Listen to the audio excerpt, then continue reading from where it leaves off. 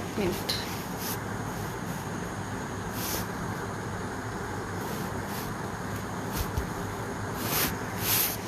কি হয়েছে? এদিকে আনো।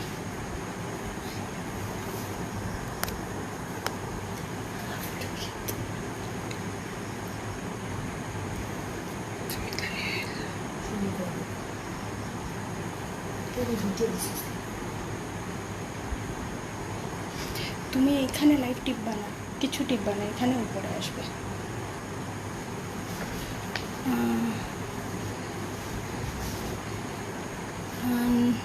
আমি ঠিক দেখতে, আমাকে কি দেখা যাচ্ছে বা শোনা যাচ্ছে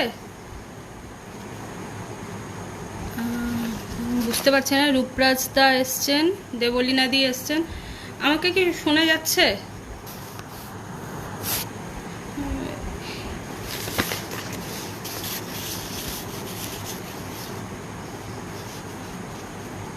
কারো থেকে কিছু আসছে না।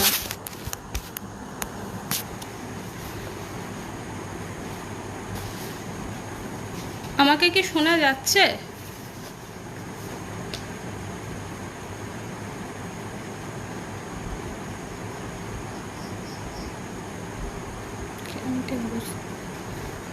কিছু কেউ লিখলে ভালো হয়, ঠিক বুঝতে পারছি না।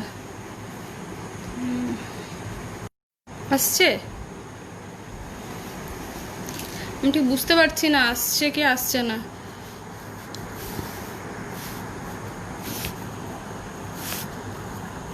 কেউ কিছু লিখলে ভালো হয়। দুজন দেখাচ্ছে। শিবাজিদা, আমাকে কি শোনা যাচ্ছে?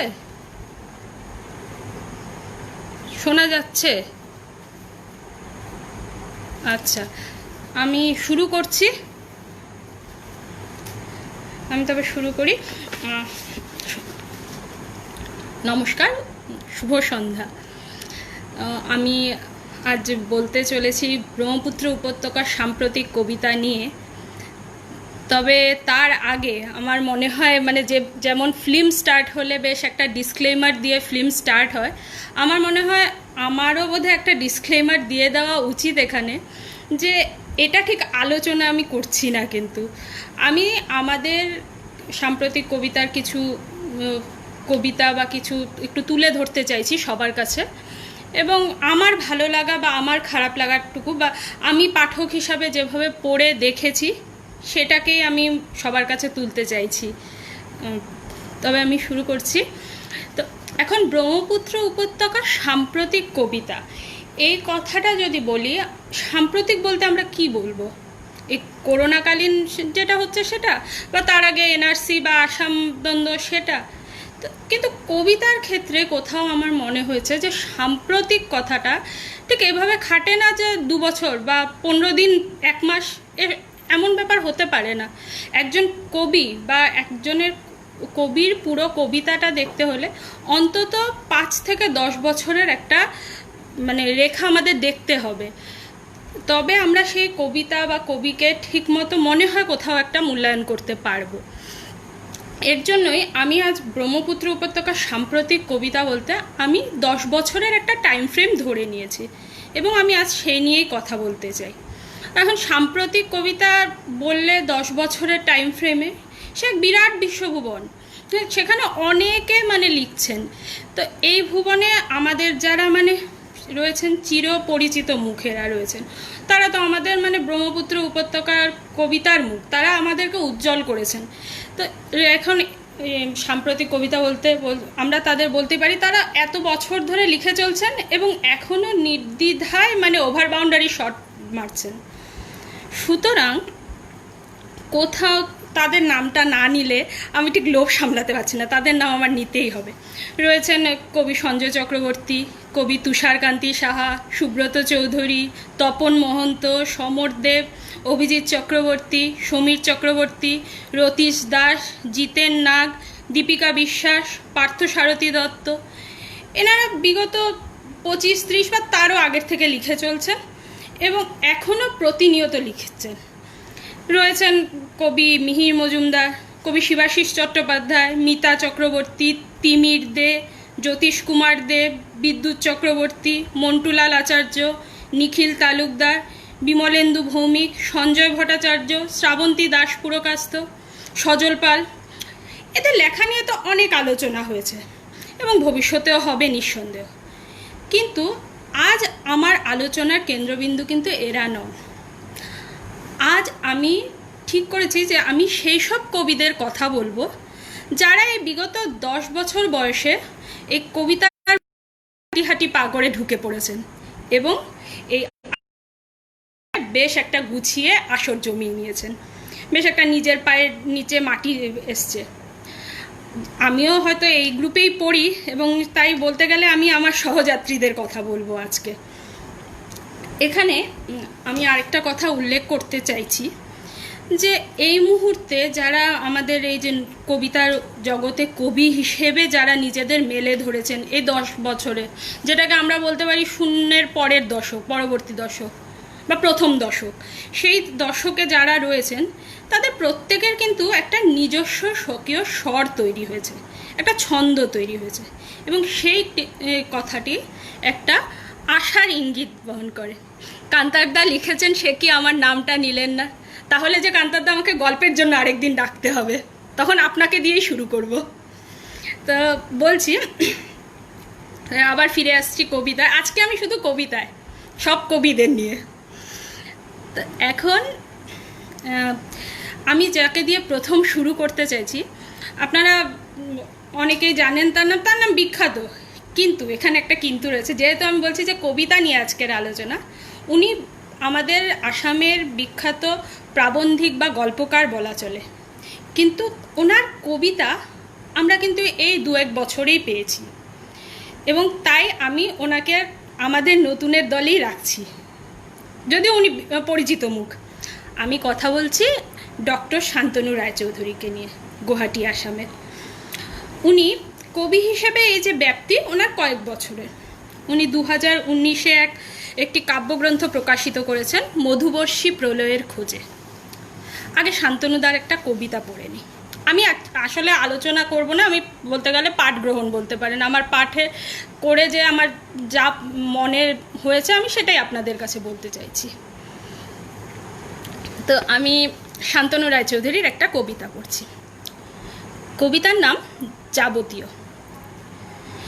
কাপড় উল্টে শুকোতে দেওয়াই দস্তুর, জলে যদি রং জ্বলুক উল্টো পিঠ, চিরন্তন রোজ নাম চায় থাকুক অটুট, বিজ্ঞাপিত মুখের দেখুন হাসির জৌলুস, লুকিয়ে তো রাখতেই চাই বরাবর, জীবন রোদে ঝলসে যাওয়া মুখ দগ্ধ মানব জমিন, দুনিয়াদারিতে ক্ষত বিক্ষত মুখ দু চোখে ভাসিয়ে রাখি স্বপ্ন তরি, ওয়েবিনারে বসে আছি হাসি খুশি মুখ ভরা আলো, দূর থেকেও মুখোমুখি ফিটফাট আপার ইউনিফর্ম, অনলাইনের হিসেব নিকেশ ঘরোয়া নিম্নবাস আগোছালো।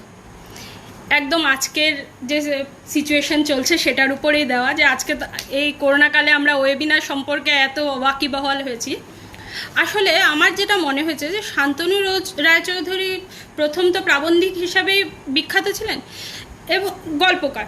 তো ওনার প্রত্যেকটি কবিতা একদম ভীষণভাবে গুছিয়ে উনি বলেন, গুছিয়ে পরিবেশন করেন, প্রথম থেকে শেষ অবধি একদম আটোসাটোভাবে উনি গুছিয়ে বলছেন। যেমন এখানে যেটা আমরা বলি যে আমাদের বাইরের মুখটা যেটা, সেটা একদম আমাদের একদম চকচকে থাকবে এবং ভেতরের মুখটা আমাদের সে যাই হোক গিয়ে না কেন সেসব নিয়ে আমাদের পরোয়া নেই। তো সে শান্তনু রায়চৌধুরীর লেখা সম্বন্ধে যেটা বলছিলাম, যে শান্তনু রায়চৌধুরীর লেখায় আমার প্রত্যেকটা লেখাতেই মনে হয়েছে যেন উনি আমাদের যে চিরপরিচিত যে আশেপাশের যত আমাদের যা সেগুলোকে উনি কোথাও তুলে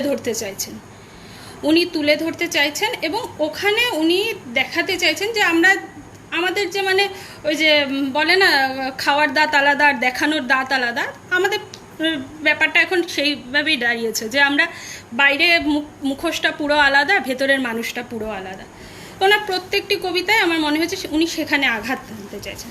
ওনার আরেকটি কবিতা পড়ছি, বাঘের খিদে।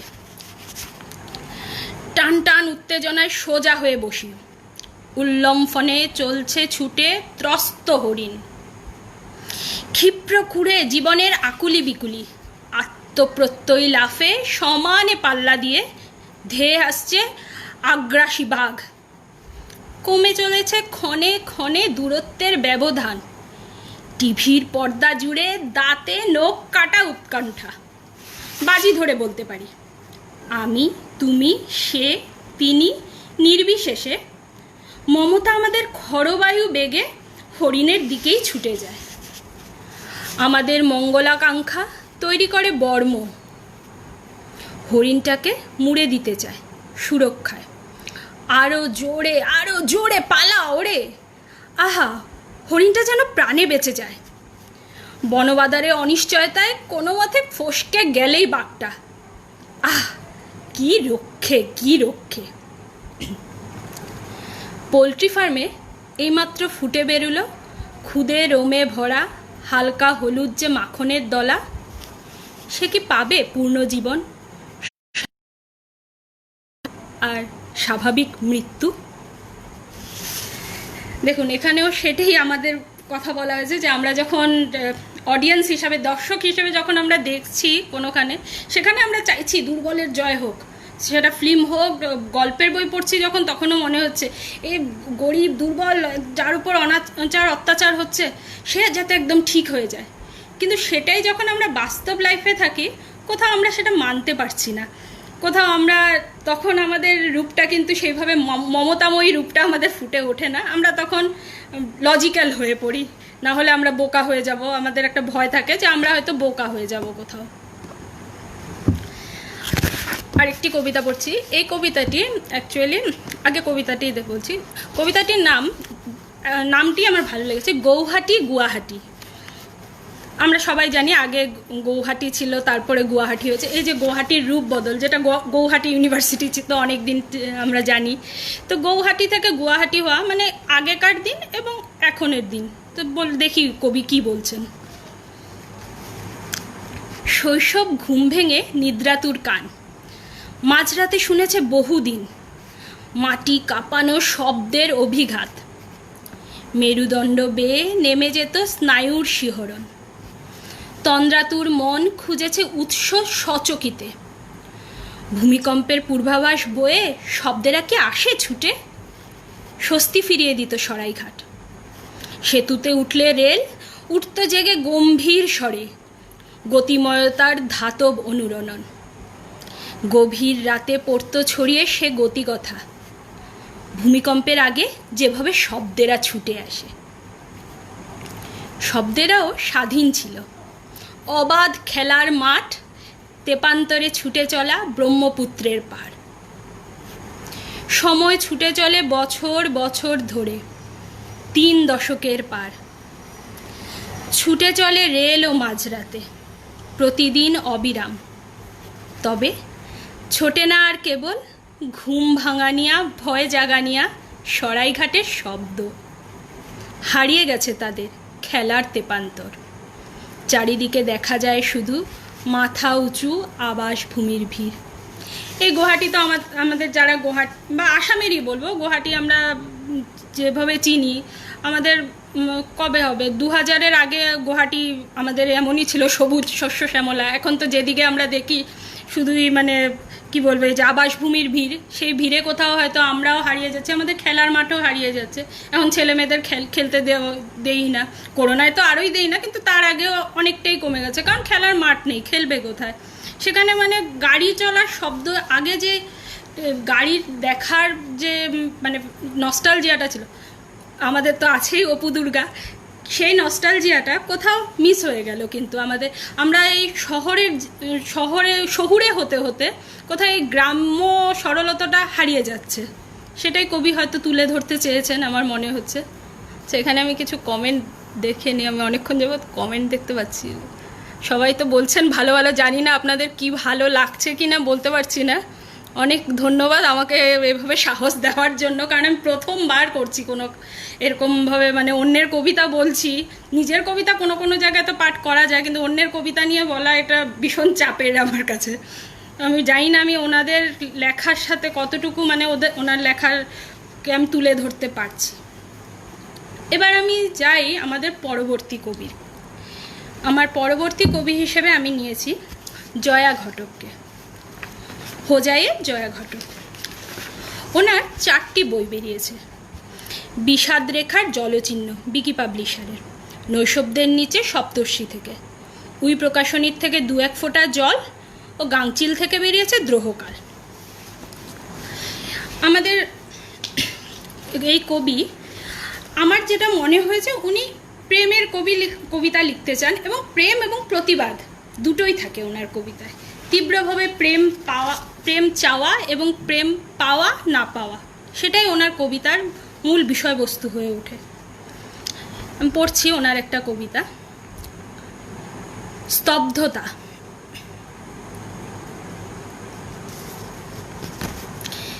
যতটা কাছে আসলে নিঃশ্বাস গহীন হবে, ততটা কাছে এসো। বুঝে নেবে ক্ষয়হীন এক একটি বিন্দু বহুদিন আগেকার জল ভিজিয়ে দিতে পারে এখনো তোমায়। জেনে নিতে হবে ইচ্ছের রঙগুলোকে। রাত্রির আবরণ খুলে গেলে ধাবমান ব্যাধ ভাঙবে অদৃশ্য সাঁকোটা, তারপর ভাসান হবে। প্রেতশিলা থেকে নেমে আসবে জলের গোপন ঘাতক, তারপর আর কোথাও যাওয়ার নেই, শুধু থাকবে এক বিষণ্ণতা বিদায়।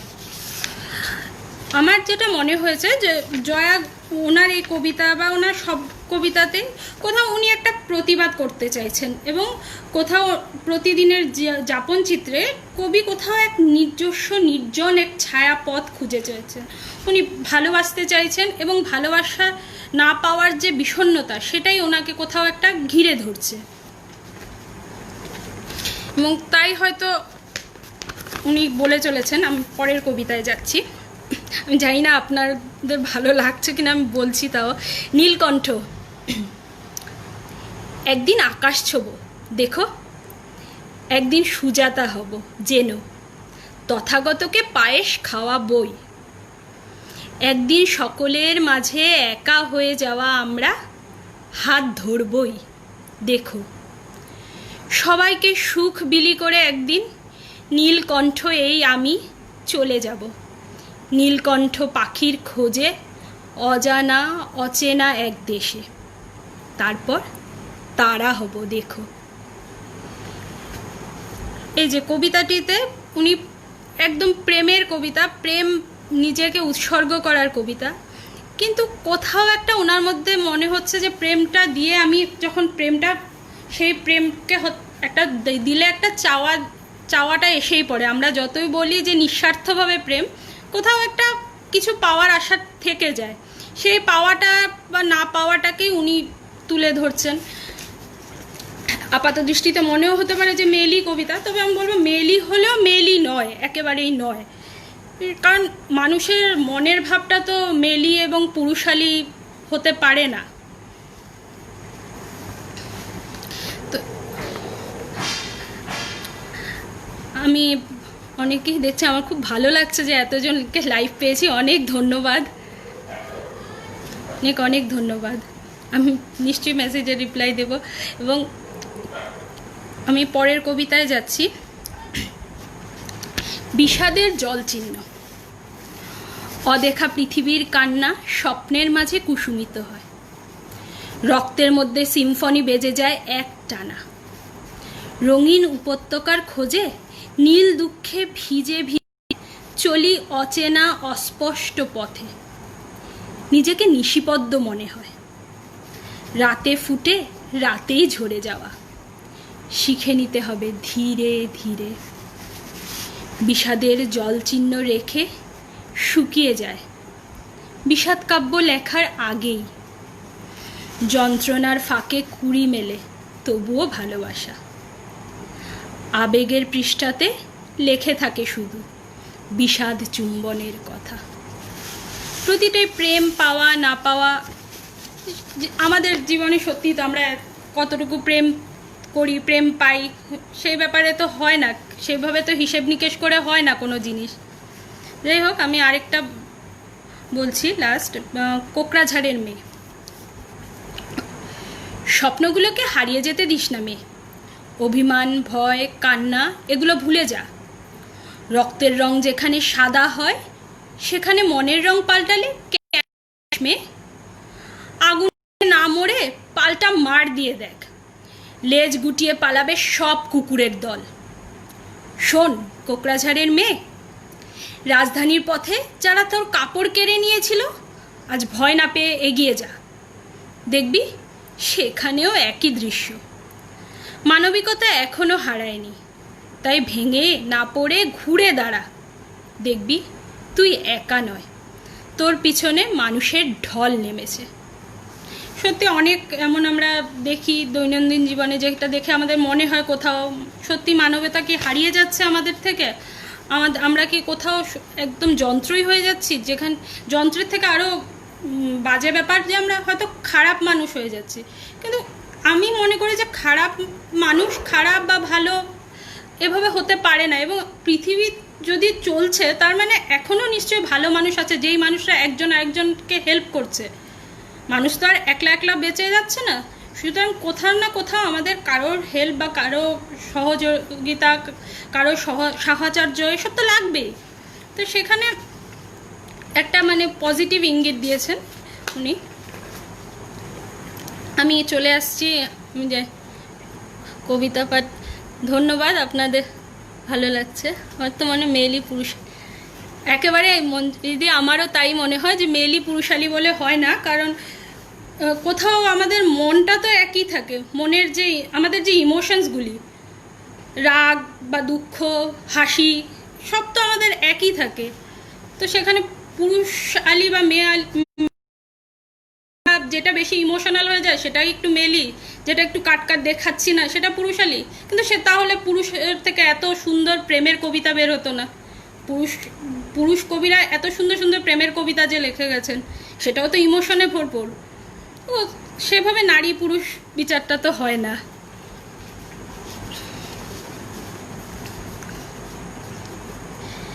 এরপরে আমি পড়ছি নীলদীপ চক্রবর্তী, তিনসুকিয়ার থেকে।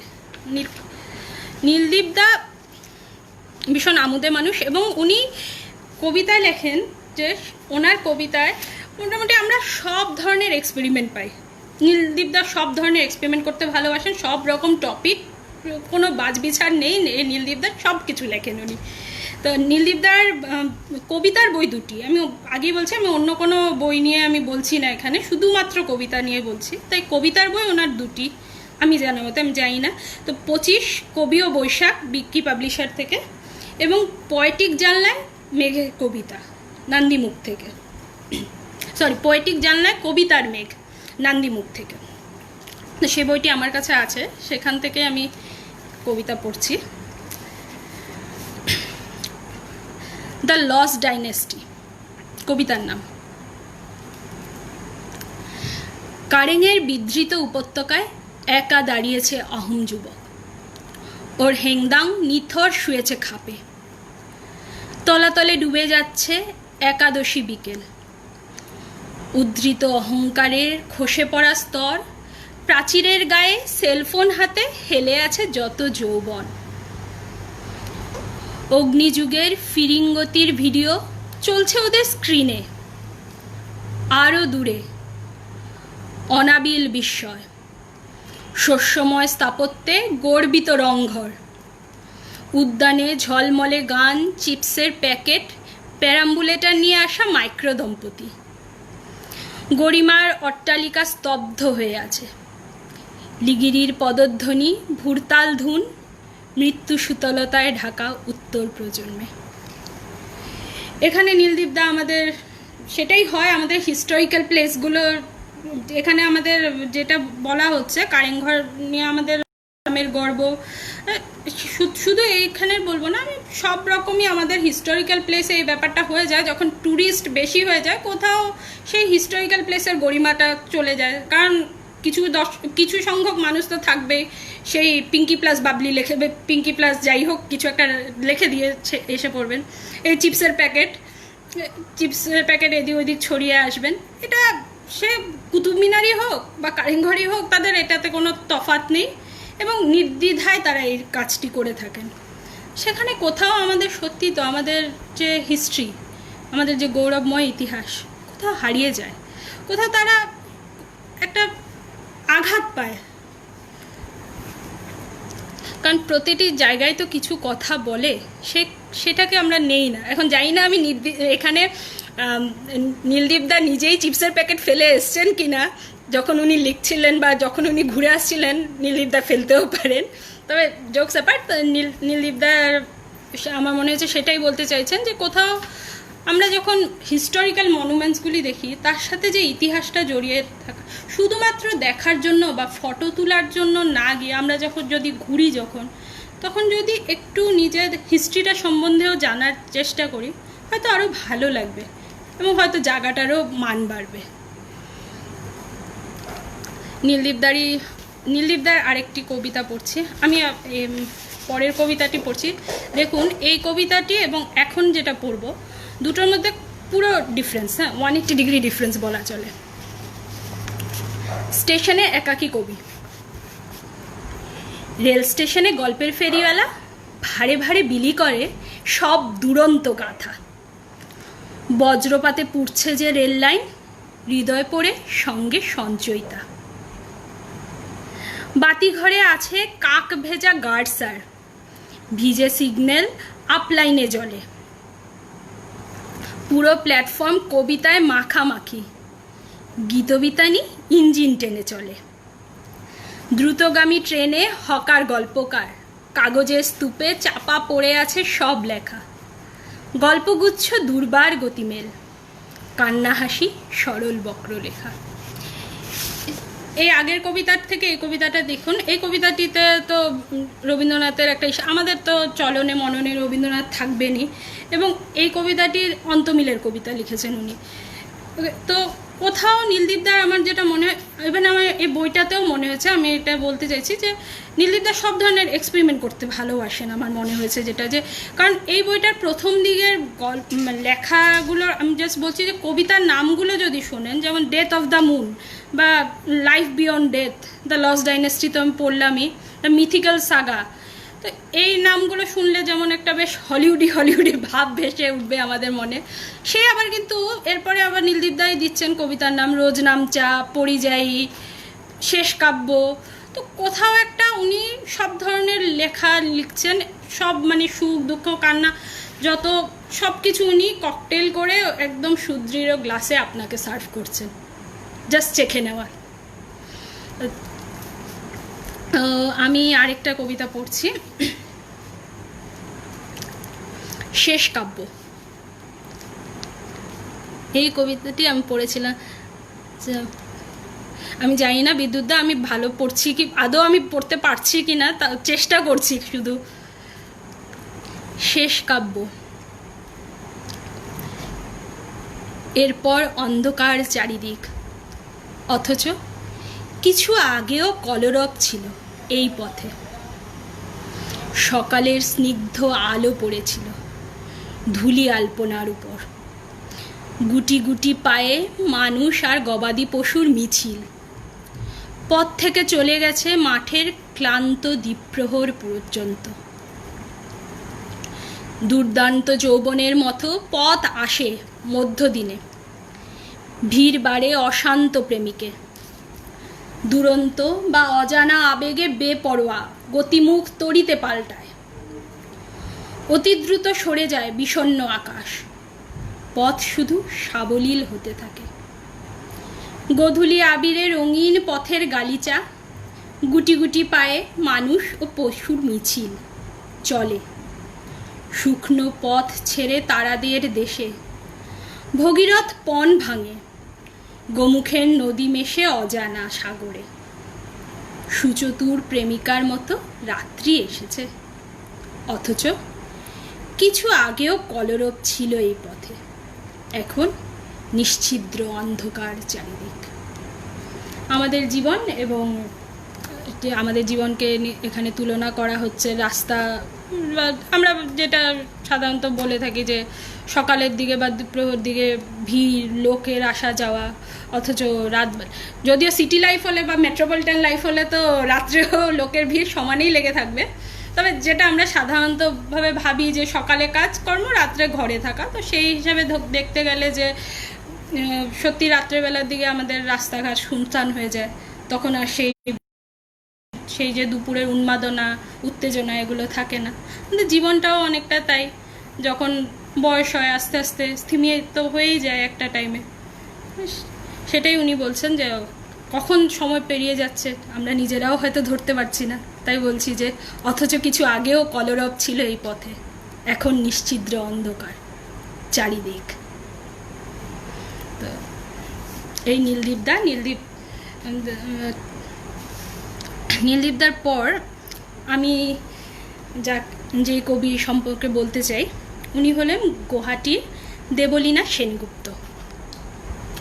দেবলীনাদি আমার প্রতিবেশী ছিলেন এবং দেবলীনাদির সাথেই বোধহয় আমি সবচাইতে বেশি গল্প করি। তো এটা একটা প্রবলেম হয় যখন আপনি চেনা পরিচিত কাউকে বলতে যাবেন, সেখানে কবিসত্তা মানবসত্তাকে আলাদা করে দেখাটা একটু চাপের হয়ে যায়। কিন্তু আমি তবুও এখানে চেষ্টা করছি দেবলীনাদির কবি সত্তাটাকেই একটু ঠিকঠাক করতে।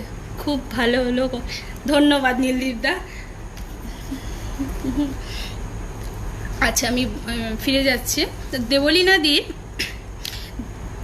দেবলীনাদি কবিতার বই রয়েছে দুটি, বিকি পাবলিশার থেকেই দুটো, আলোকবর্ণা ও চন্দ্রাহত। আমি পাবলিশার এর জন্যও বলছি কিছুটা, যে কেউ যদি আমার এই পাঠ শুনে কারো ইচ্ছে হয় যে কারো কবিতা পড়ার বা জানার, তবে যোগাযোগ করাই যেতে পারে। আমাদের লেখা আরও পড়ুক, মানুষের ভালো লাগবে। তো দেবলীনাদির দুটি কবিতার বই, তো দুটোই আমার কাছে আছে। আমি প্রথম বইটার থেকে আসলে প্রথম বই সূত্রেই দেবলীনাদির সাথে আমার আলাপ হয়েছিল, তো প্রথম বই থেকে আমি একটি কবিতা পড়ে শোনাচ্ছি। আত্মজাকে। মামুনি, কেমন আছিস মা? শেষবারের মতো চলে আসার আগে বড় ইচ্ছে ছিল তোকে দেখার।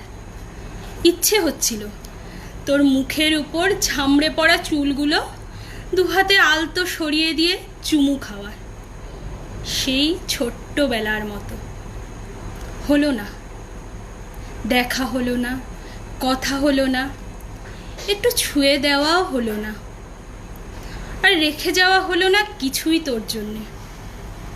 এই যে বাড়ি, গাড়ি, অর্থ, ধন, কিছুই তো আমার নেই। কি দিই তোকে বল?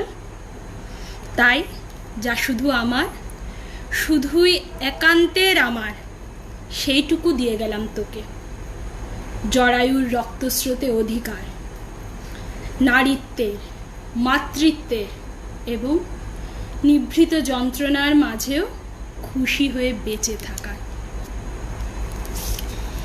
দেবলীনাদির কবিতায় বেশ একটা আটপৌরে, নরম নরম, দেবলীনাদির কথাটাও যেমন নরম নরম কোমলভাবে চলে, দেবলীনাদির রিসাইটেশনও সেইভাবে কোমলভাবে বলে, ওনার কবিতাটিও এমনই কোমলভাবে লুকিয়ে থাকে অনেক গুঁড়ো। তো আমি বলার চেষ্টা করছি, আমি জানি না কতটুকু আমি বলতে পারছি। যাই হোক, এই যে এই কবিতাটি যেটা আমি পড়লাম, এই কবিতাটি আপাত দৃষ্টিতে দেখলে সেটাই মনে হবে মা এবং মেয়ের মধ্যে কথোপকথন। কিন্তু এখানে একটা কিন্তু রয়েছে। এই যে মা বলছে, এই যে বাড়ি আর রেখে যাওয়া হলো না কিছুই তোর জন্যে, এই যে বাড়ি, গাড়ি, অর্থ, ধন, কিছুই তো আমার নয়, কি দিই তোকে বল? সত্যি তো, আমাদের মা, যখন আমরা ভাবি যে কোনো উইল লেখা বা ধন সম্পত্তির দিক থেকে যদি ভাবি, একদম মোটা কথায় বলছি, যদি তবে সেটা বাবার দিক থেকেই আসে। মার দিক থেকে ধন সম্পদ পাবে ছেলেমেয়েরা খুব একটা ভাবেন না। তো সেখানে ধন সম্পদ কতটুকু, কিছুই তো থাকে না, মেয়েদের সংসারটাই থাকে, সংসারটাও নিজের কিনা সেটাও সন্দেহ হয়ে যায়। তো কিছুই তো আমার নয়, কি দিব তোকে? কিন্তু দিয়ে যাবে নারীত্বের, মাতৃত্বের স্বাদ, যেটা হলো নিবৃত যন্ত্রণার মাঝে খুশি হয়ে বেঁচে থাকার স্বাদ। মায়ের কিছুই দেওয়া হয় না হয়তো, তাও সারা জীবন মারা দিয়েই যান। এবার এই কবিতাটা পড়ে আরেকটা জিনিস আমার, যেটা এখানে যদি আমি মা বা মেয়ে না ভেবে আমি যদি এটা ভাবি যে এই মা আমাদের দেশ, মা দেশ বলতে আমি শুধু বলছি না যে আমাদের ভারত বা এইভাবে দেশ বলছি না, আমরা যেখানে থাকছি, এখন গুয়াহাটি আছে তো গুয়াহাটির কথাই বলছি ধরেন, তো সেই আমাদের যে মা, তাদের যখন আমরা ছেড়ে যাচ্ছি, সত্যি তো ওদের থেকে আমরা কি নিয়ে যাচ্ছি? কিছু নিয়ে যাচ্ছি না। আমরা যখন অনেকে ওই পাড়ের থেকে এসছেন, বা তো আমরা শুনেছি, আমরা তো আর দেখিনি, আমরা শুনেছি, তো শুনেছি যখন এসছেন কিছুই নিয়ে আসতে পারেননি, কিছু নিয়ে আসা যায়ও না কোথাও, সব সেই দেশভাগ বা দেশত্যাগ নাই ধরলাম আমরা যদি শুধু ভাবি যে চাকরির ক্ষেত্রে বা পড়াশোনার ক্ষেত্রে আমরা যখন বাইরে চলে যাচ্ছি, কি নিয়ে যাচ্ছি বা কি দিতে পারছে মা? কিন্তু কোথাও তো দিয়েই যাচ্ছেন, কোথাও থেকে যাচ্ছে আমাদের মনের মধ্যে। আমরা যেখানে বড় হচ্ছি সেই ছবিটা কিন্তু কোথাও মনে গেঁথেই থাকে, এবং সেটা কোথাও আমাদের কথা বলার ধরনে থাকুক বা হাঁটা চলা, যে খাওয়া দাওয়া, কোথাও না কোথাও সে কিন্তু থেকে যাবে। তো দেবলীনাদির কবিতাগুলো ঠিক তেমনই, মানে মনে হয় যেন মা মাসিরা বেশ রান্নাঘরে রান্না করতে ব্যস্ত, পোলাও কালিয়া রাঁধছে, মধ্যেখানে একটু কিসমিস টিসমিস দিচ্ছে, তো আমাদের যত দুঃখ সব মানে এই সুবাসে মিশে যাচ্ছে, রাঁধুনির মুখে একদম গর্বের হাসি। তো দেবলীনাদির মুখেও আমি জানি না গর্বের হাসি আসছে কি না, আমি আদৌ বলতে পারছি কি না দেবলীনাদির কবিতা। আরেকটা বলছি দেবলীনাদির, এই কবিতাটা আমার খুব নিজস্ব পছন্দ কবিতা, আমি অনেকবার দেবলীনাদিকে উত্তক্তও করেছি যে এই কবিতাটা আমার খুব ভালো লাগে। ঈশ্বরের ধর্ম। ধর্ম মহাসভার দীর্ঘ সারির শেষতম স্থানে একা দাঁড়িয়েছিলেন ঈশ্বর প্রবেশাপেক্ষায়। বক্তা এবং শ্রোতাদের প্রত্যেকে নিজস্ব ধর্মচিহ্ন সহ নির্দিষ্ট ও চিহ্নিত কুঠুরিতে স্থান গ্রহণের পরও তিনি দাঁড়িয়েই রইলেন, একা, অসহায়, বিভ্রান্ত। কেননা ঈশ্বরের কোনো কুঠুরি নেই, ঈশ্বরের কোনো ধর্মচিহ্ন নেই, ঈশ্বরের কোনো চিহ্নিত ধর্মও নেই। প্রেম ও লালন ছাড়া ঠিক এক একা নারীর মতো, এক একা নারীর মতোই ঈশ্বরের দু চোখে জল, শুধু জল, ভালোবাসার এবং ভালোবাসতে না পারার। সত্যি তো নারীরাই তো, যদিও এটা আমি নারী বলে আরো বেশি বলছি, কিন্তু তাও নারীরাই তো ভালোবাসতে জানে, এটা মানতেই হবে। তো এটা আমি নেবই নিজে ক্রেডিট। এখানে যে এই কবিতাটার সত্যি তো ঈশ্বরের কি চিহ্নিত ধর্ম? আমরা যে ধর্ম ধর্ম করে মরছি, ঈশ্বর কোন ধর্মের? সত্যি কি ঈশ্বরের কোনো ধর্ম আছে, নাকি ঈশ্বর সত্যি একা একাই ঘুরে বেড়াচ্ছেন, নিজের ধর্ম খুঁজছেন এবং ভালোবাসতে চাইছেন সকলকে? দেবলীনাদির আরেকটি কবিতা পড়ছি, আমি একটু জল খেয়ে নিই, একটু ক্ষমা করবেন, জল খেয়ে।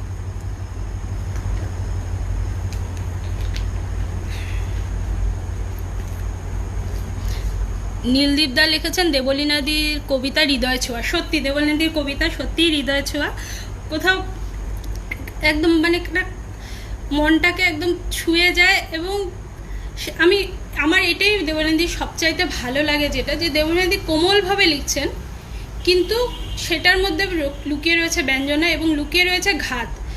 নর্মালি আমরা যেটা দেখি যে ঘাত প্রতিঘাত হলে অনেক সময় শব্দতেও একটু কচকচানি এসে পড়ে বলা চলে, কিন্তু দেবলীনাদি সেটাকে দূরে সরিয়ে রাখতে জানে। দেবলীনাদির একটা কবিতা পড়ছি,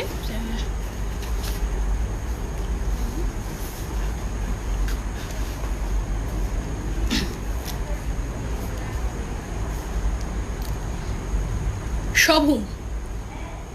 সুভাষিসদা লিখেছেন ঈশ্বরের কোনো ধর্ম নেই গান্ধী। সে তো সত্যি গান্ধীজি বলেই গেছেন কবে ঈশ্বরের কোনো ধর্ম নেই, এবং আমরাও জানি, কিন্তু তবুও আমরা জানি না। সেটাই আমাদের আশ্চর্য ব্যাপার, আমরা কিন্তু জানি, সব জানি, অথচ আমরা জানতে চাই না বা জানি না বলতে পারি।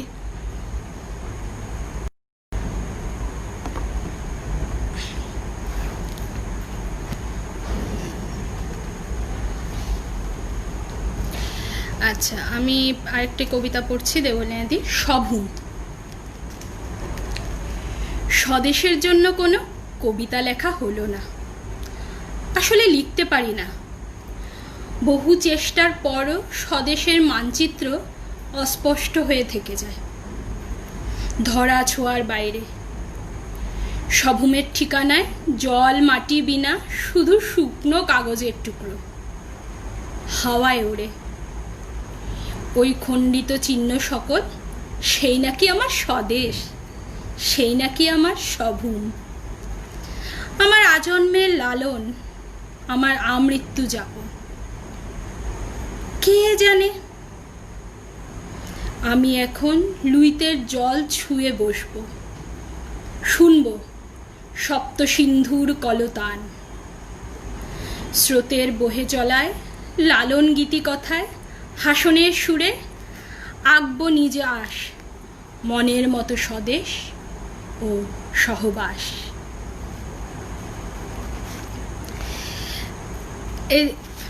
আমাদের তো দেশ প্রেম, দেশ ত্যাগের যে দুঃখ, সেটা কোথাও ব্রহ্মপুত্র উপত্যকার কবিরা ভালো মতোই জানেন না। আর এটাকে নতুন করে বলার আমার কিছুই নেই যে আমাদের এই দেশ ভাগ বা দেশ ত্যাগ, তার সাথে যে যন্ত্রণা, সেটা। এবং এটাই আশ্চর্যের ব্যাপার হয়ে যায় আমাদের মধ্যে, আমরা তো দেখিনি, কিন্তু তাও কোথাও বয়ে চলি। কিন্তু সেই যে দুঃখটা জেনারেশন আফটার জেনারেশন কোথাও এটা বয়ে চলছি। হয়তো আমাদের আরও জানি না কত জেনারেশন অবধি সেই জিনিসটা, সেই দুঃখটা থেকে যাবে। আমাদের লেখার মধ্যে এই জিনিসটা কিন্তু ভীষণভাবে ফুটে ওঠে। ব্রহ্মপুত্র উপত্যকার অনেক লেখকেরা গল্প বলুন বা কবিতা বলুন, এই দেশভাগ দেশত্যাগ তো রয়েইছে। কারণ আমরা প্রত্যেকেই মনের এইটাকে কোথাও একটা ফিল করি, আমাদের ছোটবেলার গল্পর জন্য বলুন বা যাই হোক। সেই দুঃখ থেকে কবি লিখেছেন যে আমাদের কোথাও একটা নিজেরা নিজে খুঁজে নেব। ভাবি এক এক জায়গায় যখন আমরা থাকি, ভাবি যে এটাই হয়তো আমার জায়গা, এটাই আমার দেশ, এটাই আমার স্বদেশ, কিন্তু হয় না গিয়ে কোথাও। আবার পরিযায়ী শ্রমিকের মতো বলতে পারি, আমরাও কোথাও একটা পরিযায়ী শ্রমিকই হয়ে গেছি। যখন যেখানে শ্রমদান করছি, থাকছি, তারপরে আবার হয়তো উঠে যেতে হবে, চাকরি সূত্রে হোক, যে সূত্রেই হোক, উঠে যেতেই পারি। যাই হোক, এই হলো দেবলীনা সেনগুপ্ত গুয়াহাটির। ভালো যাক, আপনাদের ভালো লাগছে শুনে আমারও ভালো লাগছে, মনে একটু ভরসা পাচ্ছি আসলে। এর জন্য বারবার দেখছি যে ভালো লাগছে বললে আমারও মনে আচ্ছা চলছে, তাহলে এখনো চালানো যাবে। লোকেরা বলেনি যে বন্ধ করো, অনেক হয়েছে। এবার এই দেশভাগ দেশত্যাগ নিয়ে আমি আমার পরবর্তী কবির কাছে চলে যাচ্ছি। আমার পরবর্তী কবি হলেন অর্জুন দাস। অর্জুন আমার বয়সী এবং ওদালগুড়ির কলাইগাঁওয়ের ছেলে, যদিও এখন ধুবড়িতে আছে কাজের সূত্রে।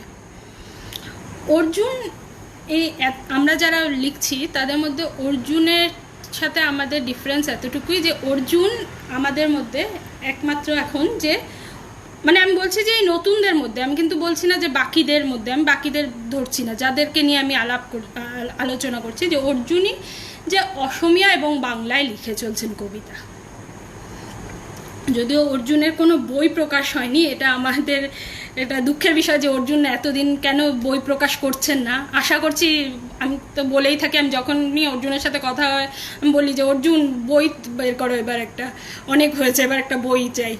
তো আশা করছি অর্জুন তো বলছে যে অর্জুনের বই প্রকাশের একটা কাজ চলছে, কিছুদিনের মধ্যে বই পাবো অর্জুনের। তো অর্জুন যেহেতু বাংলা এবং অসমীয়া দুভাষাতেই লেখে, কিন্তু বাংলায় আমার যেটা মনে হয়েছে, আমি বাংলা কবিতা নিয়েই বলছি, অসমীয়া কবিতা ধরছি না। মঞ্জুরিদি বলেছেন কমলিকা আপনার নিজের কাব্যতা পড়ুন। আমার নিজের বলতে দিয়ে আমি তো আজকে ভাবিনি আমার পড়বো, আমি আসলে বাকিদের পড়ছিলাম। ঠিক আছে, আপনি যখন বলেছেন আমি সবারটা হোক, শেষে একটা পড়ে দেব, আমি নিশ্চয়ই পড়বো। আপনি বলেছেন, আমি শেষে আমারটা পড়ব। তো না, বই প্রকাশ বাধ্যতা, মৌদি বলছেন যে বই প্রকাশ বাধ্যতামূলক। একেবারেই বাধ্যতামূলক না, কিন্তু আমার যেটা মনে হয় বইটা হলে কি হয়, একটা কবির যখন আমি পরপর 10টা বা 12টা, এটা আমার মনে হয়েছে, আমি জানি না যে সত্যি না মিথ্যে, মিথ্যেও হতে পারে, কিন্তু বই যখন মানে একটা কবির যখন 10টা বা 12টা কবিতা আমরা পড়ি পরপর, কোথাও সেই কবি সম্বন্ধে একটা আমাদের পুরোপুরি একটা একটা ওভারভিউ একটা জন্মায়, যেটা হয় আমাদের এখানে তো সেরকম ব্যাপার নেই যে প্রতি কিছুদিন পর পর কোনো ম্যাগাজিন হচ্ছে বা কিছু, তা তো পাচ্ছি না।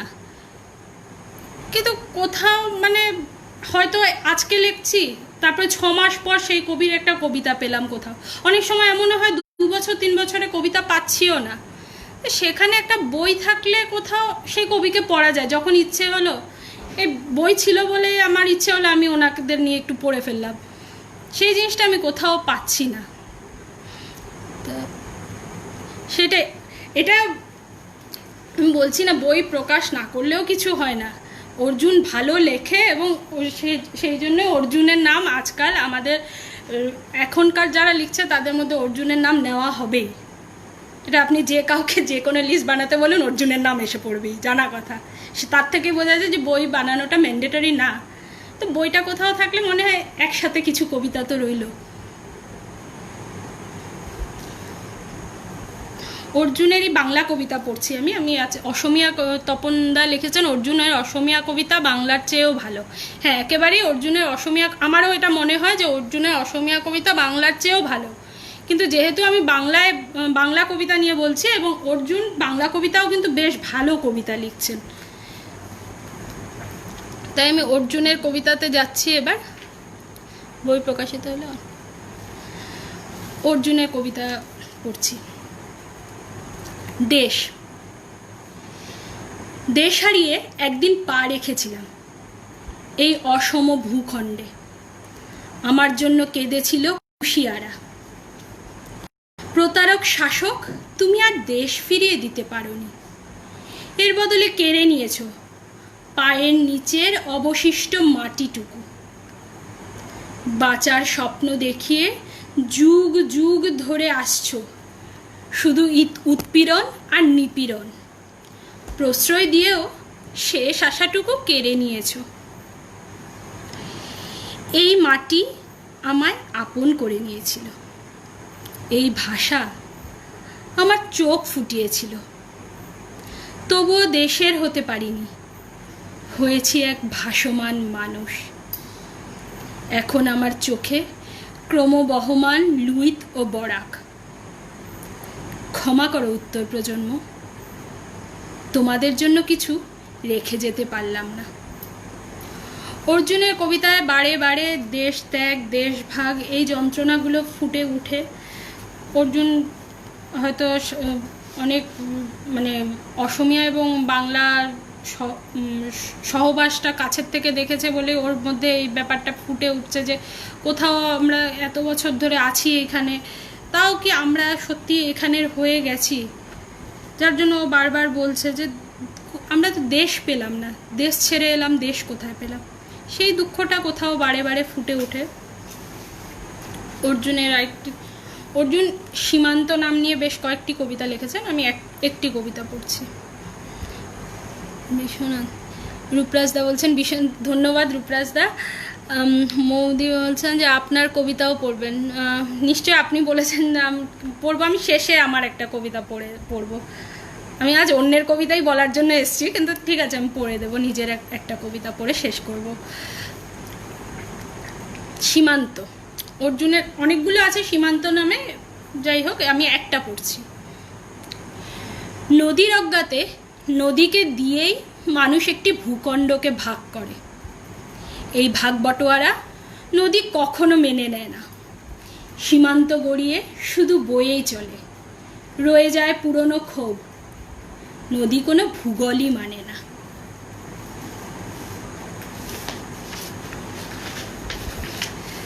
আমি অর্জুনের আরও কবিতা পড়ছি। এটা আমি এখন যে কবিতাটা পড়ছি সেটা একজ্যাক্ট দেশ নিয়ে না হলেও সে একই মানে দুঃখটা আসে ভাষা, সে আমাদের বাংলা নিয়ে বলছে। তাই তো কোথাও আমরা এখানে তো বাংলা ব্রহ্মপুত্র উপত্যকায় বিশেষ করে আমরা সারাদিন তো অসমীয়াতেই কথা বলছি কর্মস্থলে, শুধু ঘরে ফিরে এসে বাংলায় একটু বাংলাকে ভালোবাসি বলে বাংলার চর্চা। তো সেই নিয়েই কোথাও কবি বলছেন ভাষা, কবিতার নাম। সারাটা বিকেল ভাষার গান শুনে শুনে আমিও নীরবে ভাষার মানুষ হয়ে পড়েছি। আমার খুব ইচ্ছে হলো মায়ের নিন্দিত প্রায় ভাষাটায় প্রাণ খুলে কিছুক্ষণ কথা বলি নিজের সাথে, যে ভাষা নিহিত হাসি ও কান্না, ভয় ও শঙ্কা, তার চেয়েও বেশি ঘৃণা। গান শুনে শুনে শেষে আমার অন্তর কেঁদে উঠল এই ভেবে, আমি ভাষার মানুষ, তবু ভাষাটাকে কিছুই দিতে পারলাম না। সত্যি তো আমরা কতটুকুই বা দিতে পেরেছি আমাদের মাতৃভাষাকে, লুকিয়ে চুরিয়ে একটু একটু মাতৃভাষা নিয়ে নাড়াচাড়া করি, তার বেশি তো কিছু পারি না। সেটাই ভালোবাসা। বলবো না আমি ভাষার মানুষ, তো ভাষাটাকে কিছুই দিতে হয়। নিশ্চয়ই পেরেছে অর্জুন, পেরেছেন বলতে পারছি না যেহেতু ওকে আমি তুমি বলি, তো নিশ্চয়ই পেরেছ। কোথাও গিয়ে তো আমরা ভাষাটাকে ভালোবাসছি, ভালোবাসাটুকুও তো অনেক। এই যে ভাষাটাকে তুমি জাগিয়ে রেখেছো, সেই কলাইগাঁওয়ে বলবো যে প্রদীপের মতো তো জ্বলছে ভাষাটা, সেটাই বা কম কিসে। অর্জুনের কবিতাগুলো আমি আরেকটা লাস্ট কবিতা পড়ছি অর্জুনের। দেশের বাড়ি। দূর দেশে আমাদের একখানা বাড়ি রয়েছে, যে বাড়িটি আমরা কোনোদিনও দেখতে যাইনি, শুধু মনে প্রাণে বয়ে চলেছি তাকে। ঠাকুরদাদারা থাকতেন সুন্দর ওই বাড়িটিতে, কেন সেই বাড়ি ফেলে চলে এসেছিলেন লুইতপাড়ে? হরিসভায় বসে শুয়েই গল্প শুনেছি শৈশব জুড়ে। হরিসভায় বসেই কতবার যে দেখতে পেয়েছি সেই বাড়িটি, দেখতে পেয়েছি পদ্মার বুকে ভেসে যাওয়া হাজার রক্ত জবা ফুল। সত্যি আমরা প্রত্যেকেই গল্প শুনেছি আমাদের পূর্বপুরুষ থেকে, আমাদের ঠাকুরদা ঠাকুমারা অনেক গল্প করেছেন সেই দেশের দেশ, কিন্তু আমরা তো দেখতে পাইনি। আশা করি হয়তো কোনো দিন মন চাইলে দেখতেও পাবো, বলা যায় না। আর যদি এনআরসিতে নাম না ওঠে তাহলে দেখতে পাবো। তো এরপরের কবি, আমি অন্য পরের কবিতে যাচ্ছি। পরের কবি হলেন গুয়াহাটির তাপস পাল। তাপসদা কবিতার বই একটি, জেলিস্টিক, সেটি বাংলা সাহিত্য সংস্কৃতি সমাজ প্রকাশ করেছেন। তাপসদার লেখা অ্যাকচুয়ালি আমার যেটা মনে হয়েছে, তাপসদার ফিল্ম বাফ, তাপসদার নিজস্ব ডকুমেন্টারি রয়েছে, এবং যেহেতু উনি একটা ফিল্মি আইডিয়াটা মাথায় ঘোরে, ওনার লেখাতেও কিন্তু একটু টাচ আমরা পাই। এবং ফিল্ম বলতে আমি বলছি না কিন্তু সেই দাবাংয়ের মতো মশলা মুভি টাইপের, সে আমরা যেগুলো মানে একটু হাই ক্লাস মুভি বলে ভাবি অন্তত, যেগুলো দেখি বা দেখি না। তো পড়া যাক তাপস পালের কবিতা। গিকোফোবিয়া। আমি প্রথমে বলে রাখি নামটির জন্য যে গিকোফোবিয়া বলতে গিকো হচ্ছে টিকটিকির আরেকটু বড় প্রজাতি। অ্যাকচুয়ালি টিকটিকি বা টিকটিকি জাতীয় সরীসৃপ, সেটা কুমিরও হতে পারে দেখতে, যেহেতু অনেকটা একই রকম। সেটাকে যারা ভয় পায় সেই ভয়টাকে বলা হয় গিকোফোবিয়া। তো গিকোফোবিয়া পড়ছি। তপনদা লিখেছেন, এই বইটি পড়িনি। জেলিস্টিক আমি পড়ে শোনাচ্ছি, শুনুন। তো গিকোফোবিয়া পড়ছি। আমাদের কৃষিকাজ হোক মগ্ন নিবিড়, আমাদের কারুকাজ হোক কুয়াশার স্থবির। আখের রস খেয়ে ঠোঁটের উপরে ফেনা মোছা আমাদের জীবন।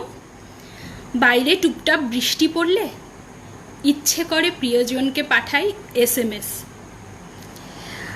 আমাদের মান অভিমান, কটু কথা আর বিষাক্ত হাহুতাশ মোম হয়ে গলে পড়ে অবিন্যস্ত বিছানায়। 108 শ্বেতপদ্ম চয়নের অছিলায় এক একটা শিশিরের কণায় নিজেকে ভিজিয়েছি আনখশির। চৌরাস্তায় নেমে তোমায় পৌঁছিয়ে দিয়েছি মোহনায়। সাবলীল পায়ে হেঁটে কম্পমান হৃদয়ে দেখিয়েছি বাট। ট্যারেন্টুলা দেখে সম্বিত ফিরে পেয়ে বলেছি, এ তো আমারই হাত। সত্যাসত্য জানেনি কেউ অর্ধসত্য বয়ান পড়ে। গুগল সার্চ করে জানা গেল বরাহ মিহিরের ছিল প্রচণ্ড রকমের গিকোফোবিয়া। হ্যাঁ, শান্তনুদা বলছেন যে তাপসের কবিতা একদম একেবারেই তাই। তাপসদার কবিতার স্বাদটা একেবারেই অন্যরকম। এবং আমার যেটা মনে হচ্ছে যে আমরা যখন ফিল্ম দেখছি, বিশেষ করে আমি বলছি আর্ট ফিল্ম নিয়ে, আমি আগে বলছি আমি ওইসব নাচ গানের মুভি বলছি না, ফিল্মে কী হবে শর্ট বাই শর্ট চলে এবং পুরোটা শর্ট মিলে গিয়ে একটা কোনো গল্প আমাদের শোনায়। পুরোটা শর্ট গিয়ে তাপসদার লেখার মধ্যেও কিন্তু সেই ব্যাপারটাই ফুটে ওঠে। আপনি 1 লাইন বা 2 লাইন পড়লেন, আপনার মনে হবে এই 1 লাইনই তো কবিতা বা এই 2 লাইনই তো কবিতা। হয়তো উপরের লাইনটার সাথে নিচের লাইনটার আপনার কোনো মিল লাগছে না প্রথমে পড়ে, কিন্তু পুরোটা যখন পড়ে নিলেন কোথাও আপনার মনে হচ্ছে যে পুরোটা তো হয়ে গেল, কমপ্লিট হয়ে গেল। তাপসদার চার্ম এখানেই। তাপসদা মধ্যে মধ্যে গ্যাপ ছেড়ে দিচ্ছেন। কবিতার নাটকীয় গুণ, সঞ্জয়দা বলছেন কবিতার নাটকীয় গুণ তাপসের বৈশিষ্ট্য, সত্যিই তাই। শিবাশিসদা বলছেন জেলিস্টিক পড়া হয়নি। জেলিস্টিক অনেকেই পাননি হয়তো। বাংলা সাহিত্য সংস্কৃতি সমাজ গুয়াহাটির থেকে ছাপা হয়েছিল, খোঁজ করে দেখতে পারেন, নিশ্চয়ই পাবেন। আমি তাপসদা আরেকটি পড়ছি। তাপসদার নামগুলো একটু এরকম থাকে। নিউক্লিয়ার সঠতা। মেঘের মোড়াম বিছানো রাস্তায় হেঁটে যায় আদুরে কুকুর। জমিজট যানজট, নৈরিতে হিম, শুকনো ফলের তাড়নায় অব্যক্ত জিজিবিষা। সুবৃহৎ পাষাণে স্তব্ধ সাম্যের মুখ। তোমার আমার পৃথিবীতে শুধু সাংহাই সুখ। নবনীত চূড়ায় চেরি রাখার বাসনা দীর্ঘদিনে। রবাহুত মানুষের মুখে বহু সাধ্য সাধনার চিজ। বায়বীয় পলিপ্যাকে রিপু রকমারি। পাহাড়ে পাহাড়ে উজ্জ্বল দৈনন্দিন দীপাবলি। দুগ্ধপোষ্য বেড়াল গুনে চলে দধিচির হাড়। ফাঁকে ফাঁকে গুজে দেওয়া পাখপাখালির গেরস্তালি। এক মুঠো নুডলসের ঘূর্ণাবর্তে শাশ্বত মায়াজাল। ধানের শীষ হাতে চটকে নিলেই স্বপ্ন রংবাহারি। সবই অবাস্তব মনে হয়। শ্বেদ রক্ত বসা, পথের পাশে পাশে নিউক্লিয়ার শঠটা। সত্যি কথা, শঠটায় আমাদের ভরে গেছে। আমরা ওই বিজ্ঞাপনে মুখ লুকাই এবং খুঁজে বেড়াই। তো এই কবিতাটির যেমন, এই কবিতাটি আপনি যদি দেখেন প্রতি 1 লাইন বা 2 লাইন অন্তর অন্তর এখানে দাড়ি বসানো আছে। প্রতিটি 1 লাইন বা 2 লাইন অন্তর অন্তর দাড়ি বসিয়ে গেছেন উনি, এবং প্রতিটি লাইন কিন্তু ওখানেই কমপ্লিট, কিন্তু পুরোটা মিলে গিয়ে কবিতাটা হচ্ছে। তাপসদার কবিতায় বেশ একটা এই সিনেমার ব্যাপারের মতো, যেমন বলছেন যে মানে কোথাও একটা গ্যাপ রেখে দিচ্ছেন, পাঠকের চিন্তার জায়গা স্পেস রেখে দিচ্ছেন, এখানে পাঠক মেলাবেন। জিগজো পাজল বলা চলে। কয়েকটা টুকরা তাপসদা নিজের আস্তিনে গুটিয়ে রেখে দেন, সব পুরোটা পাজল আপনাকে খুলে দেবেন না, এবং সেখানেই তাপসদার লেখা অন্যদের থেকে একটু আলাদা। আমি প্রথমেই বলেছিলাম যে যদিও নতুন লিখছেন, আমরা সবাই নতুন লিখছেন বলাটা ঠিক হবে না সবাই, কারণ আমিও আছি এর মধ্যে, আমি আগেই বলছি নতুন লিখছি, কিন্তু কোথাও স্টাইলগুলো একটা আলাদা আলাদা স্টাইল গ্রো হয়েছে, যেটা ভালো। এটাই তো চাই, সবাই মিলে লেখুক। আমি কি আরও চালিয়ে যেতে পারবো আশা করছি। তো আমি তাপসদার আরেকটি কবিতা পড়ছি।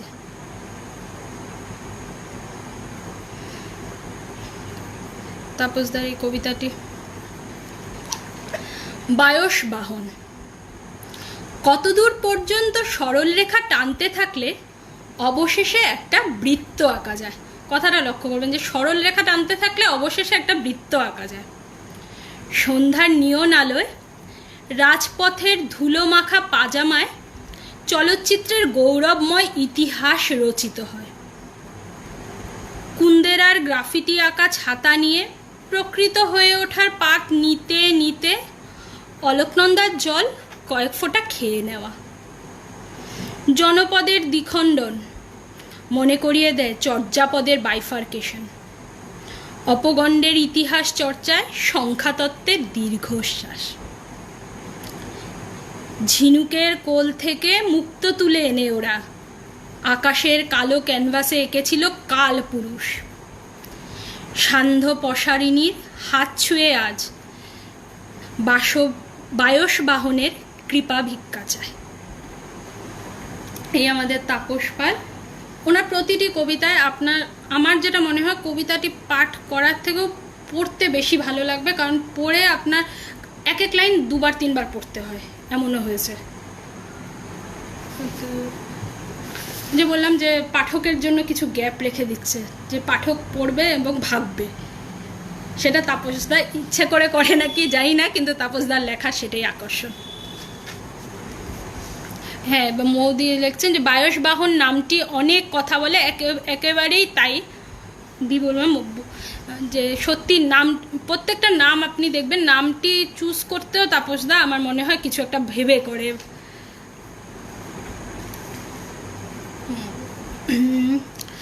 এর পরের কবি আমার, এবং আজকের জন্য আমার শেষ কবি বলতে পারি, কোলাজ রায়, গুয়াহাটির কোলাজ রায়। আমাদের মধ্যে সত্যি কথা বলতে আমি যতজনকে আলোচনা করেছি তাদের মধ্যে সবচাইতে ছোট আমাদের মধ্যে, এবং ছোট মানে বয়সে ছোট, লেখায় ছোট নয় অবশ্যই।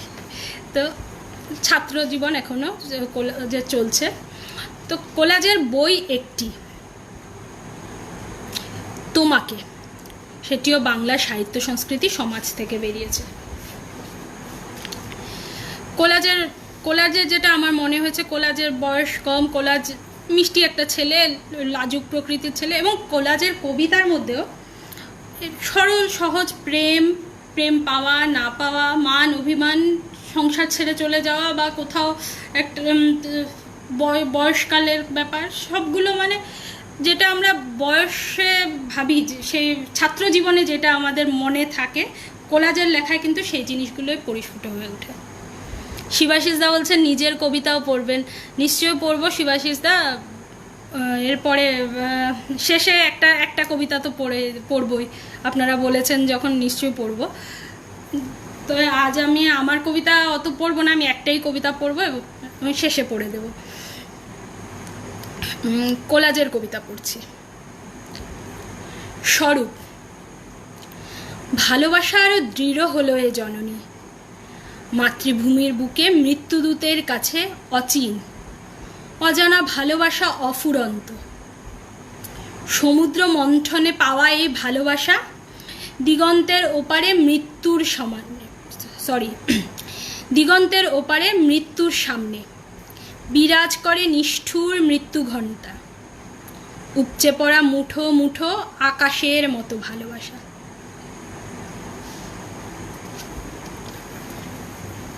আমি বললাম যে সেই ছাত্র জীবনের যে প্রেম একটা থাকে, টিনেজ লাভ বা কিছু, সেই ব্যাপারটা সেটা দেশের প্রতি হোক কিংবা কারো প্রতি হোক, সেটা খুব সুন্দরভাবে কোলাজ ফুটিয়ে তোলে।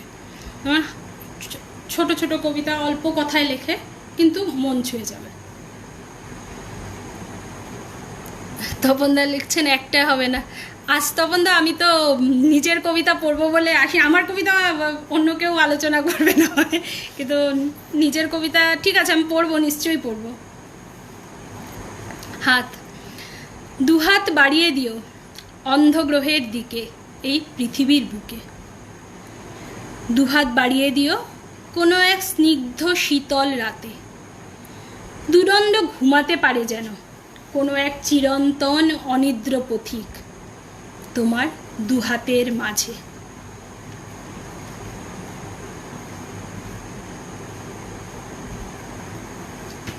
আরেকটি পড়ছি, জাগে প্রেম। নীলাকাশ সমুদ্র চরাচর দেখার পর তোমাকে দেখেছি বিভোর গভীর স্বপ্নে। তুমি স্বপ্ন, আবার শব্দ হয়ে স্বপ্ন ভাঙো। স্বপ্নে আসো, তবু থাকো মুখ লুকিয়ে। তোমার মায়া শরীর দেখতে চাই, দেখতে চাই তোমার শব্দরূপ সমাস। মায়াজাল ছিঁড়ে যার প্রথম ভালোবাসায়, হয়তোবা শেষ নারীকে শেষ ভালোবাসায়। বোবা হয়ে দাঁড়িয়ে থাকি, স্তব্ধ শব্দ, স্তব্ধ কথা, স্তব্ধ লেখা। তোমার সামনে নত জানো, তোমাকে নিয়ে যত কবিতা। দুরন্ত প্রেম। আমি কোলাজের আরেকটি ছোট কবিতা পড়ছি। কবিতাটা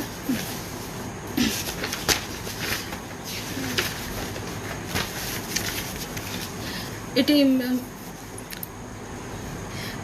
পথ। পথ হাঁটতে হাঁটতে একটি গল্পের শুরু আর শেষ হয়নি। হয়তো স্তব্ধতাই চেয়েছিল, দরদি রাতের খোলা চুল, শরীর মন আলিঙ্গন করে এমন নীরবতা গুঞ্জন করে। পথ হাঁটতে হাঁটতেই গঙ্গা স্নান, পথের মোড় নতুন পথ। আমার বাড়ি ফেরা হয়নি এখনো। কোলাজের লেখায় শিবাশিস দা বলছে কোলাজের লেখায় প্রতিশ্রুতি আছে, একেবারেই আছে। কোলাজের লেখায় ভীষণ সম্ভাবনাময় লেখা। যেহেতু ছাত্র বলেই বলছি যে সম্ভাবনাময়, কারণ ও আরও লিখবে এবং ব্রহ্মপুত্রের উপত্যকার একজন উজ্জ্বল নাম অবশ্যই হবে আমি জানি।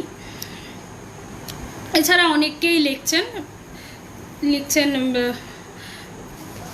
পারমিতা নাগদে লিখছেন, সোমা দাস বৈদ্য লিখছেন, মাধবী বৈদ্য লিখছেন। আমি ওনাদের কবিতা পড়ছি না, কারণ সময়ও একটা ফ্যাক্টর তো বটেই। আমি অনেকটা আপনাদের সময় নিয়ে এসেছি। আজকাল নতুন লিখছেন, অনেকে নতুন লিখছেন, যেমন সঞ্জয় কুমার দাস লিখছেন, অভিজিৎ সাহা, সুনন্দ ঘোষ, মৃদুলকান্তি মালাকার, সৈকত রাউত। তারা লিখছেন এবং আমাদের আশার আলো দেখাচ্ছে।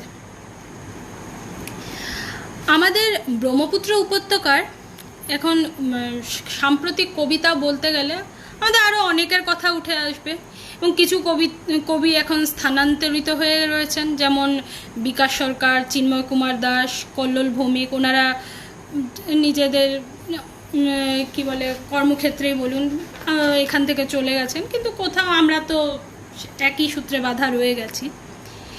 এই সাম্প্রতিক লেখার কথাতে আমি যেটা বলতে চাইছিলাম যে এই করোনায় যেমন কিছুটা নিয়ে গেছে, আমরা কিন্তু তেমন অনেক কিছু পাচ্ছি। যেমন পাচ্ছি একটা এই কবিতা চর্চা। এখানে বৌদি আবার লিখেছেন যে ব্রহ্মপুত্র উপত্যকার সাম্প্রতিক বাংলা কবিতা পাঠ ও আলোচনা অসম্পূর্ণ থেকে যাবে যদি না আপনার। আমি নিশ্চয়ই পড়বো, লাস্টে আমি একটা পড়বো, সে তো 100 বার পড়বো। আচ্ছা ঠিক আছে, আমি পড়ছি আমার কবিতায় একটা পড়ছি।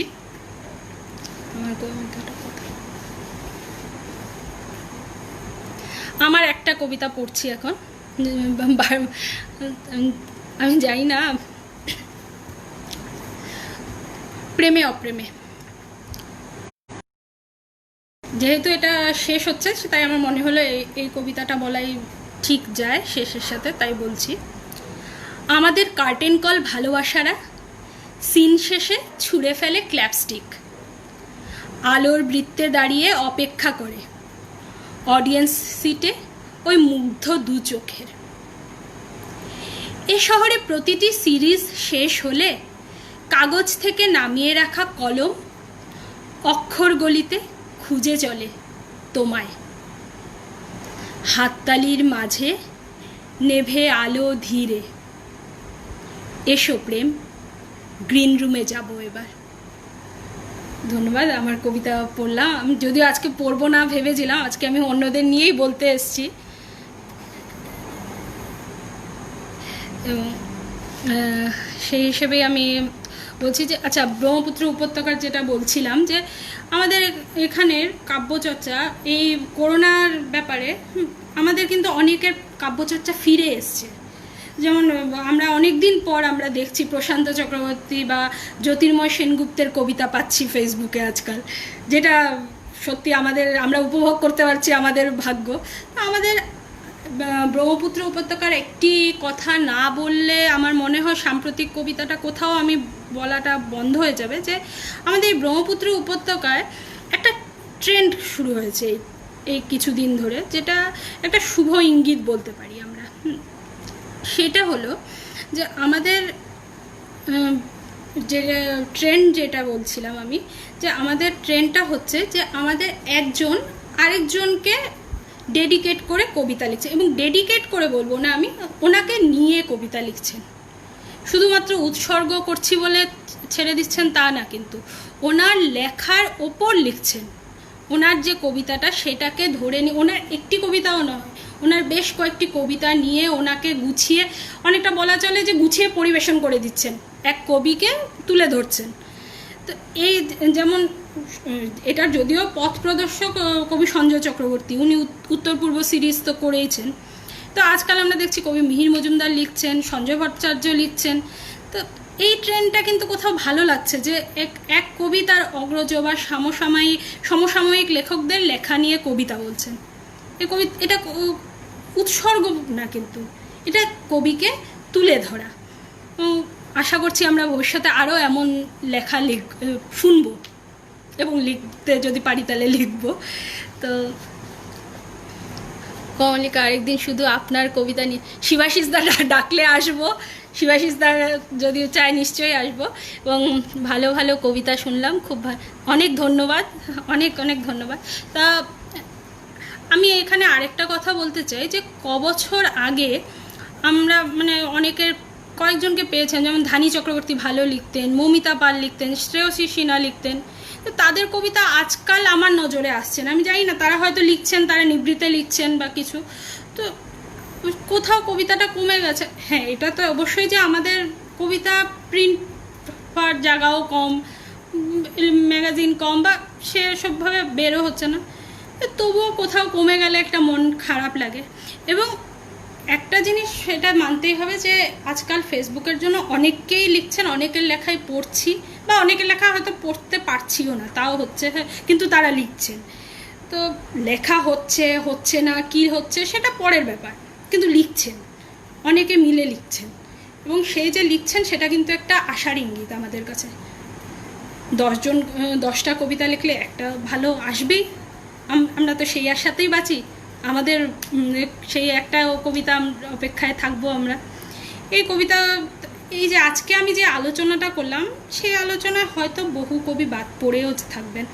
আমি যতটুকু জানি বা যতটুকু পড়েছি সেই হিসেবেই আমি ধরেছি। তো আমি হয়তো অনেককে বাদ দিতেও পারি, আমি জানি না, রয়ে গেছেন। তো আশা করি আমার দোষ ত্রুটি যা হয় আমাকে মার্জনা করবেন যদি আমি কাউকে বাদ দিয়েছি, সেটা একদমই আমার কোনো ইচ্ছে নেই, আমি হয়তো ভুলে গেছি, তাও হতে পারে। এবং আমি এরকমও জানি যে অনেক কবি আছে যাদেরকে আমরা এখনও চিনি না, তারা হয়তো নিজের নিভৃত কোঠায় প্রদীপ জ্বালিয়ে কবিতা সাধনা করছেন বলা চলে। তো তেমন পাঠক মহলকে আমরা আবিষ্কার করব, আমরা জানবো, সেটাই আমাদের আশা। সেই আশা নিয়েই আজকে আমি শেষ করি। প্রেম গ্রিন রুম থেকে মঞ্চে কবে আসবে সেটা অপেক্ষার।